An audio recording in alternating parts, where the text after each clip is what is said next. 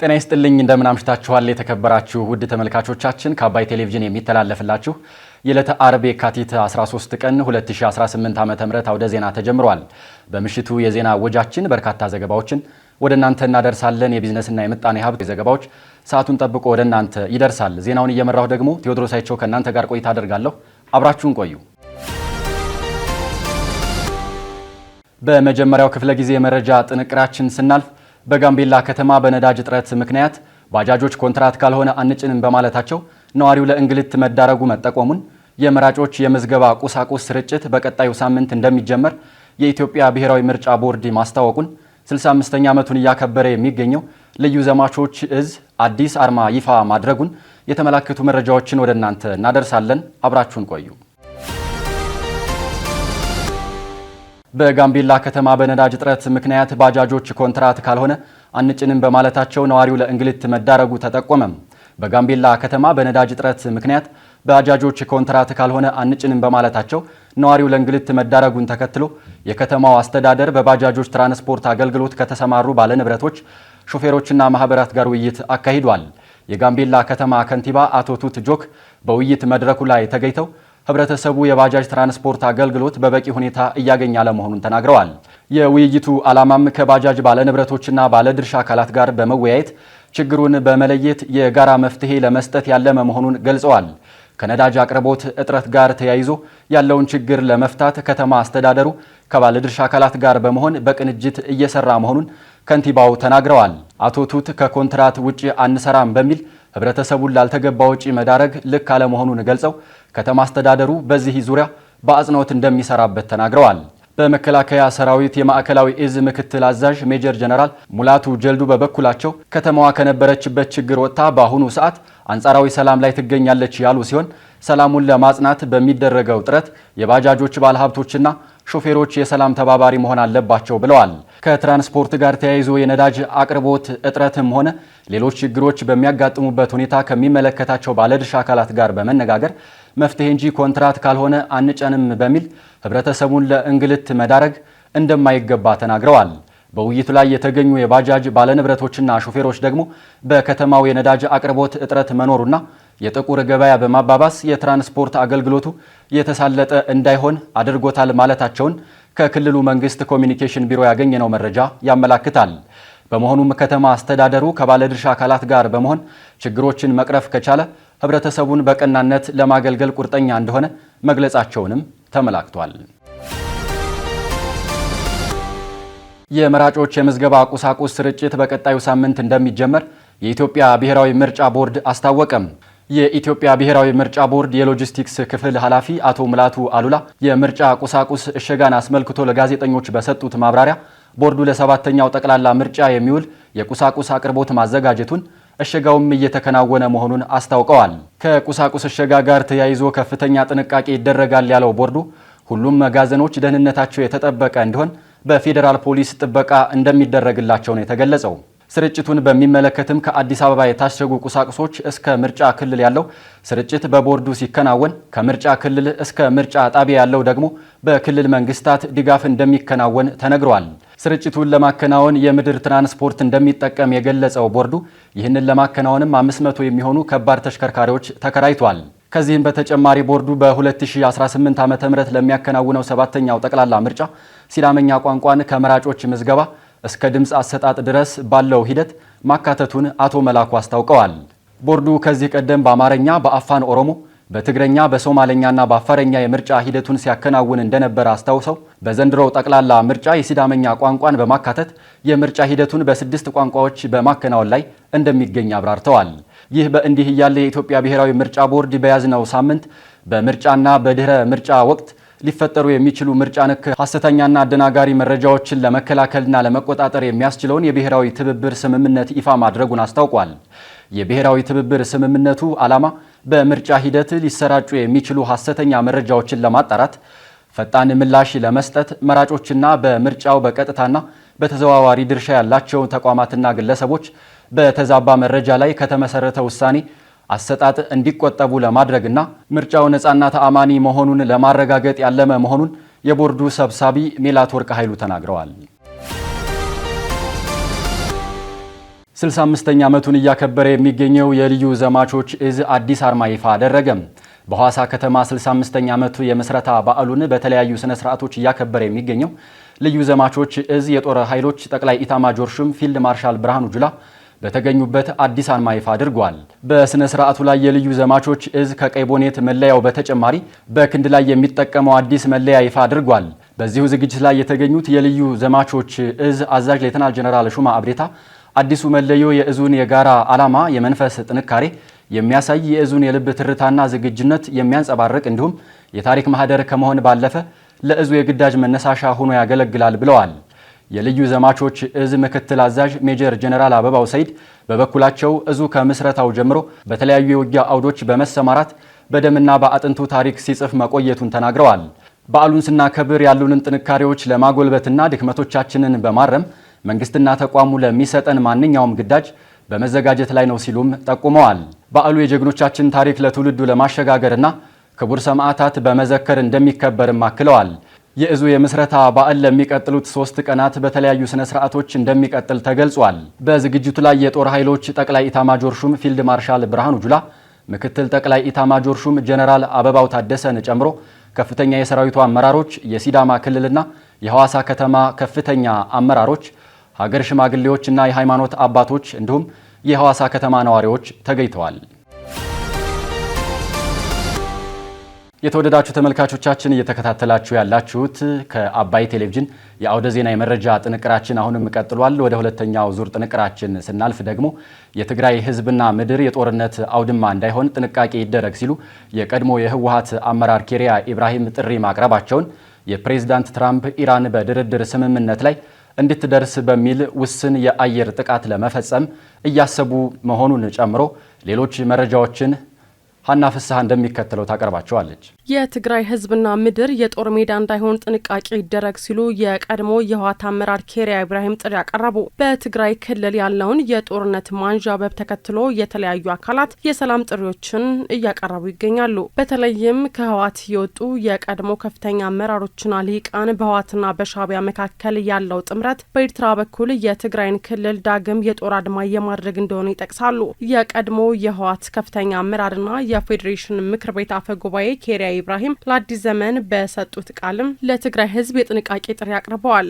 የትግራይ ህዝብ ሀገሩን ከሚወጉት ጋር ተሰልፎ የመዋጋት ጥቁር ታሪክ የለውም ሲሉ ነው የቀድሞ የፌዴሬሽን ምክር ቤት አፈ ጉባኤ ኬሪያ ኢብራሂም የገለጹት። ፖለቲከኛዋ የህወሓት ቡድን የተሰለፈው ከትግራይ ህዝብና ከሀገሪቱ ጠላት ጋር ነው ሲሉ ከሰዋል። የትግራይ ህዝብ ሀገሩን የሚወድ እንጂ ከህዝብና ከሀገሩ ጋር ተቃራኒ ሆኖ የሚሰለፍበት ምንም አይነት ሁኔታ የለም፣ እንደዚህ አይነት ታሪክም የለውም ሲሉ አክለዋል። ወይዘሮ ኬሪያ የትግራይ ህዝብና የትግራይ ምድር የጦር ሜዳ እንዳይሆን ህዝቡ ሊጠነቀቅ ይገባል ያሉ ሲሆን ይህ እንዳይከሰት አሰላለፋችንን ማስተካከልና ከጥፋት ኃይሎች በተቃራኒ መቆም አለብን በማለትም ጥሪ አቅርበዋል። ለትግራይ ህዝብ ሲባል የጦርነት በር መዘጋት አለበት ያሉት ወይዘሮ ኬሪያ በሀገር ውስጥም ሆነ በውጭ ያሉ የትግራይ ተወላጆች ለሰላም ግፊት እንዲያደርጉም ጠይቀዋል። የትግራይ ህዝብ ጥያቄዎች በጦርነት መመለስ አይቻልም ሲሉም አስረድተዋል።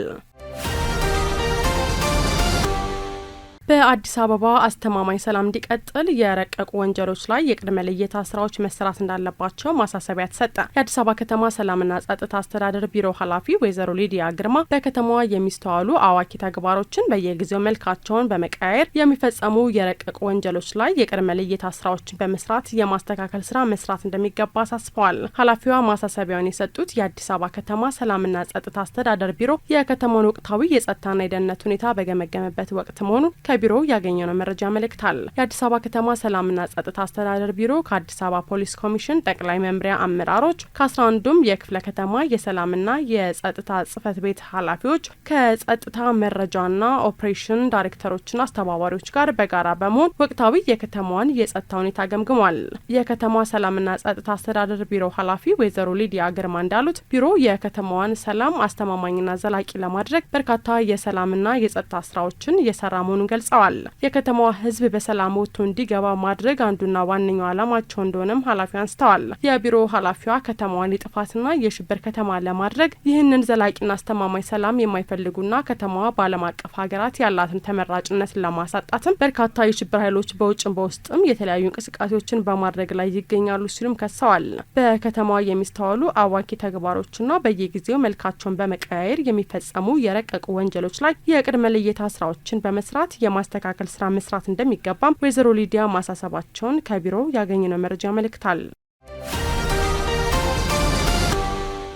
በኢትዮጵያ ኒውክሊየር ኃይል ማመንጫ ጣቢያ የሚገነባባቸውን እጩ ቦታዎች አስመልክቶ የጥናት ረቂቅ ሪፖርት ለግምገማ መቅረቡ ተገለጸ። የኢትዮጵያ ኒውክሊየር ኢነርጂ ኮሚሽን ከኢትዮጵያ ሳይንስ አካዳሚ ጋር በመተባበር በኢትዮጵያ የመጀመሪያው የኒውክሊየር ኃይል ማመንጫ ጣቢያ የሚገነባባቸውን እጩ ቦታዎች አስመልክቶ የተዘጋጀን የጥናት ረቂቅ ሪፖርት ለመገምገም የሚያስችል የባለሙያዎች ምክክር በዛሬው ዕለት በአዲስ አበባ ማካሄድ ጀምሯል። የኮሚሽኑ ኮሚሽነር አቶ ሳንዶካን ደበበ በተገኙበት በዚሁ መድረክ ላይ የተመረጡት ቦታዎች ዓለም አቀፍ የደህንነት የቴክኒክና የአካባቢ ጥበቃ መስፈርቶችን ማሟላታቸውን ለማረጋገጥ ከዘርፉ ከፍተኛ ባለሙያዎች ጋር ጥልቅ ውይይት መደረጉ መጀመሩንም ኮሚሽኑ አስታውቋል። ይህ የሁለቱ ተቋማት ቅንጅታዊ አሰራር በሀገሪቱ ስትራቴጂክ እቅድ ውስጥም ትልቅ ምዕራፍ ተደርጎ ይወሰዳል ሲልም ነው የገለጸው። የሳይንስ አካዳሚ ሳይንሳዊ ጥናቱን ከኮሚሽኑ የአስተባባሪነት ሚና ጋር በማቀናጀት በመረጃ ላይ የተመሰረተ የኒውክሊየር ኃይል የግንባታ ቦታ ዳሰሳ ቴክኒካል ሪፖርት ላይ ከሚመለከታቸው ባለድርሻ አካላት ጋር ውይይት እያደረገ እንደሚገኝም ተገልጿል። የኢትዮጵያ ኒውክሊየር ኢነርጂ ይህ ጥረት የሀገሪቱን የኃይል አማራጮችን ለማስፋፋትና አስተማማኝ ዘላቂና ካርቦን አልባ የኃይል አቅርቦትን ለማረጋገጥ የሚደረገውን ጉዞ በእጅጉ እንደሚያፋጥነውም ከኮሚሽኑ ያገኘነው መረጃ ያመለክታል። ጠቅላይ ሚኒስትር አብይ አህመድ ኢትዮጵያ በቀጣይ ዓመታት ለኃይል አቅርቦት የሚውል የኒውክሊየር ኃይል ለማመንጨት ትኩረት ሰጥታ እንደምትሰራ ይፋ ያደረጉት የህዳሴ ግድቡ በተመረቀበት ዕለት ጳጉሜ 4 2017 ነበር። ፕሬዚዳንት ትራምፕ ኢራን በድርድር ስምምነት ላይ እንድትደርስ በሚል ውስን የአየር ጥቃት ለመፈጸም እያሰቡ ነው ተባለ። ከአሜሪካ ጋር እያካሄደች ባለው ድርድር ላይ ከስምምነት እንድትደርስ ፕሬዚዳንት ትራምፕ በኢራን ላይ ውስን የአየር ጥቃት ለመፈጸም እያሰቡ መሆናቸው ተዘግቧል። ዎል ስትሪት ጆርናል ጋዜጣ ስማቸው ያልተገለጸ ምንጮችን ጠቅሶ እንደዘገበው ትራምፕ አስበውታል የተባለው ቀዳሚ ጥቃት በቀጣይ ጥቂት ቀናት ውስጥ የሚፈጸም ሲሆን ፕሬዚዳንቱ ይሁንታቸውን ከሰጡ የተወሰኑ ወታደራዊና መንግስታዊ ተቋማት ኢላማ ይሆናሉ። ምንጮቹ ኢራን የኒውክሊየር ፕሮግራሟን ለማቋረጥ ፈቃደኛ ካልሆነች አሜሪካ ከኢራን መንግስት ጋር ግንኙነት ባላቸው ተቋማት ላይ መጠነ ሰፊ ጥቃት እንደምታካሂድና ይህም የኢራን መንግስትን ለመጣል የሚካሄድ ዘመቻ እንደሚሆን ገልጸዋል። ሐሙስ ዕለት ፕሬዚዳንት ትራምፕ በኢራን ላይ ስለሚፈጸሙ ጥቃት አማራጮች ገለጻ እንደተደረገላቸውና በቀጣይ 10 ቀናት ትርጉም ያለው ስምምነት ላይ ካልተደረሰ መጥፎ ነገሮች እንደሚከሰቱ መናገራቸውም ተዘግቧል። ኢራን በበኩሏ ወታደራዊ እርምጃዋ የሚወሰድባት ከሆነ በቀጠናው የሚገኙ የጠላት ኃይሎች ስትል የገለጸቻቸው የጦር ሰፈሮችን ተቋማትንና ይዞታዎችን ህጋዊ የጥቃት ኢላማ አድርጋ እንደምትቆጣጠር ለተባበሩት መንግስታት ዋና ጸሐፊ አስታውቃለች። በተባበሩት መንግስታት የኢራን ቋሚ ልዑክ ለአንቶኒዮ ጉተሬዝ በጻፈው ደብዳቤ ኢራን ለሚሰነዘርባት ጥቃት ቆራጥና ተመጣጣኝ ምላሽ እንደምትሰጥም አስታውቀዋል። የአሜሪካ ፕሬዚዳንት ዶናልድ ትራምፕ ኢራንን በተመለከተ የሚያራምዱት ትርክት እውነተኛ የወታደራዊ ጥቃት ስጋት እንዳለ እንደሚጠቁምም ደብዳቤው መግለጹን የዜና ወኪሉ ሮይተርስ ዘግቧል። የአባይ ቴሌቪዥን የምሽት ዘገባዎች እንደቀጠሉ ናቸው። ውድ ተመልካቾቻችን፣ አሁን ደግሞ የቢዝነስና የምጣኔ ሀብት ጉዳዮች ወደ እናንተ የሚደርሱበት ሰዓት ላይ ደርሰናል። መረጃዎቹን ደግሞ ዘሩፋኤል ሀብታሙ እንደሚከተለው ያቀርባቸዋል። በድጋሚ አብራችሁን ቆዩ። ለቢሾፍቱ ዓለም አቀፍ አውሮፕላን ማረፊያ ግንባታ በወር 16.5 ሚሊዮን ሊትር ነዳጅ እየቀረበ መሆኑ ተነገረ። የኢትዮጵያ አየር መንገድ ግሩፕ በኦሮሚያ ክልል ቢሾፍቱ ከተማ አጠገብ አቡሲራ በተባለ አካባቢ ለሚያስገነባው የቢሾፍቱ ዓለም አቀፍ አውሮፕላን ማረፊያ ግንባታ ፕሮጀክት በወር የሚያስፈልገው የነዳጅ መጠን በልዩ ሁኔታ ተሰልቶ 16.5 ሚሊዮን ሊትር ነዳጅ እየቀረበ መሆኑን የነዳጅና ኢነርጂ ባለስልጣን አስታውቋል። የነዳጅና ኢነርጂ ባለስልጣን ዋና ዳይሬክተር ዶክተር ደስታው መኳንንት የኢትዮጵያ አየር መንገድ ግሩፕ ለዚህ ሀገራዊ ሜጋ ፕሮጀክት ከ17 ሚሊዮን ሊትር በላይ ነዳጅ በወር ጥያቄ ማቅረቡን፣ ሆኖም ሀገሪቱ ከምታስገባው ነዳጅ ጋር በማመጣጠን 16.5 ሚሊዮን ሊትር ነዳጅ እየቀረበ መሆኑን ተናግረዋል። ለዚህም ሲባል የነዳጅ አቅራቢ ኩባንያዎች አስቀድሞ ታንከር እንዲቀብሩ በኮንትራክተሮች ጋር ውል እንዲገቡ መደረጉንም አስረድተዋል። በአሁኑ ጊዜ 3 ኮንትራክተሮች በፕሮጀክት እየተሳተፉ መሆናቸውን፣ ለእያንዳንዳቸው 7 ትልልቅ ኩባንያዎች ነዳጅ እንዲያቀርቡ ውል መግባቱንም ተናግረዋል። ትልልቆቹ ኩባንያዎች የተመረጡ ያሏቸውን የሎጂስቲክስ አቅም መሰረት መሰረት ተደርጎ መሆኑንም ጠቁመዋል። ወደ ሀገር ውስጥ የሚገባው ነዳጅ 84 በመቶ በቀጥታ ለህዝብ አገልግሎት እንደሚውልና ቀሪው ለትልልቅ ፕሮጀክቶች የሚመደብ መሆኑን የገለጹት ዋና ዳይሬክተሩ በአሁኑ ወቅት ለቢሾፍቱ ኤርፖርት እየቀረበ ያለው ነዳጅ በልዩ ሁኔታ መደልደሉና ቀጥታ ተጠቃሚ የሆነው ማህበረሰብ ድርሻ እንዳይሻማ እየተሰራ መሆኑንም ተናግረዋል። ፕሮጀክቱ ምን ያህል ነዳጅ እንደሚያስፈልገው ጥናት ተደርጎ መፈቀዱን የተናገሩት ዶክተር ደስተው የስራ ሂደቱ ሲጠናከርና የተሽከርካሪዎች ብዛት ሲጨምር የሚቀርበው ነዳጅ ከዚህ በላይ ሊሆን እንደሚችል መናገራቸውን ሪፖርተር ዘግቧል። ከአዲስ አበባ በደቡብ ምስራቅ 40 ኪሎ ሜትር ርቀት ላይ የምትገኘው ቢሾፍቱ ከተማ እየተገነባ ያለው ኤርፖርቱ ከ10 ዓመት በኋላ ሲጠናቀቅ እስከ 110 ሚሊዮን መንገደኞችን በአመት የማስተናገድ አቅም እንዳለው የተገለጸ ሲሆን የመጀመሪያው ምዕራፍ ግንባታ ብቻ በአመት 60 ሚሊዮን መንገደኞችን ማስተናገድ እንደሚያስችል ተነግሯል። የኢትዮጵያ ኢንቨስትመንት ኮሚሽን በ6 ወራት ከ18 ሺህ ለሚልቁ የሀገር ውስጥና የውጭ ባለሀብቶች የኢንቨስትመንት ፍቃድ መስጠቱን አስታወቀም። በተያዘው በጀት ዓመት 6 ወራት ከ18 ሺህ ለሚልቁ የሀገር ውስጥና የውጭ ባለሀብቶች የኢንቨስትመንት ፍቃድ መስጠቱን የኢትዮጵያ ኢንቨስትመንት ኮሚሽን አስታውቋል። የኮሚሽኑ ምክትል ኮሚሽነር ዳጋቶ ኩምቤ እንደገለጹት ኢትዮጵያ በተለያዩ ዘርፎች መሰማራት ለሚፈልጉ ባለሀብቶች ተመራጭ መዳረሻ ሆናለች ብለዋል። የመደመር መንግስት በዘርፉ መነቃቃትን ለመፍጠርና አቅም ያላቸው ኢንቨስተሮችን ለመሳብ የአሰራር ማሻሻያና የኢንቨስትመንት ማበረታቻዎች እየተገበረ መሆኑን ተናግረዋል። በዚህም በበጀት ዓመቱ 6 ወራት በፌዴራል ደረጃ ከ1.1 ቢሊዮን ዶላር በላይ በክልሎች ደግሞ ከ610 ቢሊዮን ብር በላይ ካፒታል ላስመዘገቡ ከ18 ሺህ በላይ የሀገር ውስጥና የውጭ ባለሀብቶች የኢንቨስትመንት ፍቃድ መሰጠቱን አመላክተዋል። የኢንቨስትመንት ፍቃድ የተሰጣቸው 17870 ባለሀብቶች በክልሎች እንዲሁም 245 ደግሞ በፌዴራል ደረጃ በተለያዩ የኢንቨስትመንት መስኮች የሚሰማሩ ናቸው ማለታቸውን የኢትዮጵያ ዜና አገልግሎት ዘግቧል።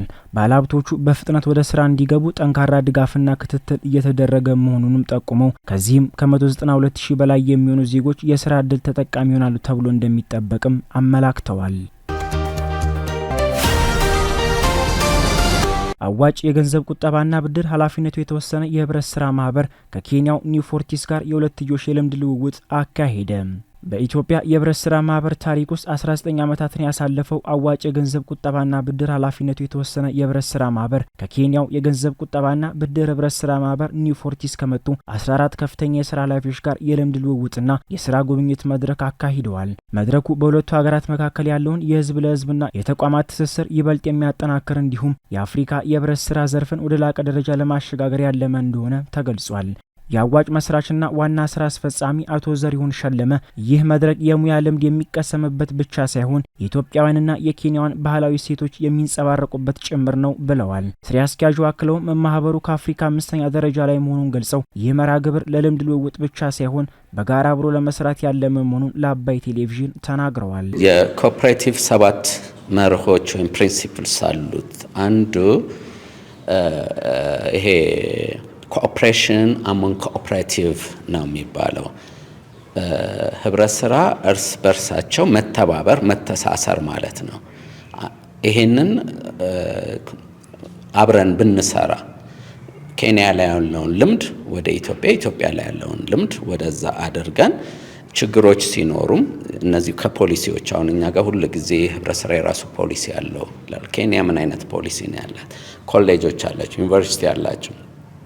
ከነሱ ልምድ እያመጣን ደግሞ እኛም ወደዚህ ብናመጣ አብሮ ተባብሮ ተጋግዞ አንዱ ያለውን ሌላው እየሰጠ ሌላ ያለውን ደግሞ እኛም ከነሱ ጋር እያመጣን ህብረትን ፈጥረን አንድነትን ፈጥረን እንስራ ነው። የአዋጭ የቦርድ ሊቀመንበር አቶ መስፍን ገብረስላሴ በበኩላቸው ቀደም ባሉ ዘመናት የነበሩ የህብረት ስራ ማህበራት በአንድ ተቋም ሰራተኛ ላይ ብቻ ተወስነው መቆየታቸው እድገታቸው ተገቶ መቆየቱን አስታውሰው አዋጭ ይህንን የተገደበ አሰራር በማስተካከል በአሁኑ ወቅት ከ165 ሺህ በላይ አባላትን ማፍራት የቻለ ተቋም መሆኑንም አብራርተዋል። የኒው ፎርቲስ የቦርድ ሊቀመንበር ጆን ጊቲንጂ በአዲስ አበባ ከተማ የታየው ለውጥና የአዋጭ 19 ዓመታት የስኬት ጉዞ እጅግ የሚያስደንቅ መሆኑን ገልጸዋል። ሊቀመንበሩ አክለውም ከአዋጭ ያገኙ ተሞክሮች ለተቋማቸው እድገት ትልቅ ግብዓት እንደሚሆንም ጠቁመዋል። የደረሰኝ ህትመት ጠይቀው ያልተረከቡ ግብር ከፋዮች በ5 የስራ ቀናት ውስጥ ሪፖርት እንዲያደርጉ ማሳሰቢያ ተሰጠ። የኢፌዴሪ ገቢዎች ሚኒስቴር ከፍተኛ ግብር ከፋዮች ቅርንጫፍ ጽህፈት ቤት ደረሰኝ ያላሳተሙና ያልተረከቡ ግብር ከፋዮች በ5 የስራ ቀናት ውስጥ ቀርቦ ማሳወቅ እንዳለባቸው አሳስቧል። ጽህፈት ቤቱ ባወጣው መመሪያ መሰረት ከታህሳስ 1 ቀን 2017 ዓ.ም ጀምሮ ሁሉም ግብር ከፋዮች በብርሃንና ሰላም ማተሚያ ቤት የታተመ ደረሰኝ እንዲጠቀሙ መወሰኑን ለከፍተኛ ግብር ከፋዮች ቅርንጫፍ ግብር ከፋዮች በሙሉ በጻፉ ደብዳቤ አስታውሷል። ነገር ግን በርካታ ድርጅቶች እስካሁን ድረስ የደረሰኝ ህትመት ጥያቄ እንዳላቀረቡና የታተሙ ደረሰኞችም እንዳልተረከቡ ታውቋል። ብርሃንና ሰላም ማተሚያ ቤት የቀረቡለትን የህትመት ትዕዛዞች በሙሉ አጠናቆ ማቅረቡን ገልጿል። ይህን ተከትሎ ከታህሳስ 1 ቀን 2017 እስከ ታህሳስ 30 2018 ድረስ የደረሰኝ ህትመት ጥያቄ አቅርበው ሙሉ በሙሉ ወይም በከፊል ያልተረከቡ እንዲሁም እስካሁን ጥያቄ ያላቀረቡ ግብር ከፋዮች ማሳሰቢያ ከወጣበት ቀን ትላንት የካቲት 12 ቀን 2018 ዓ.ም ጀምሮ ባሉት 5 ተከታታይ የስራ ቀናት ውስጥ ሪፖርት እንዲያደርጉ ማሳሰቢያ ተሰጥቷል። ስትከታተሉት የነበረው የዕለተ አርብ የካቲት 13 ቀን 2018 ዓ.ም ከአባይ ቴሌቪዥን ያውደ ዜና የመረጃ ጥንቅራችን ይህን ይመስል ነበር። አብራችሁን ስለነበራችሁ ከልብ እናመሰግናለን። በያላችሁበት መልካም ምሽት ተመኘን።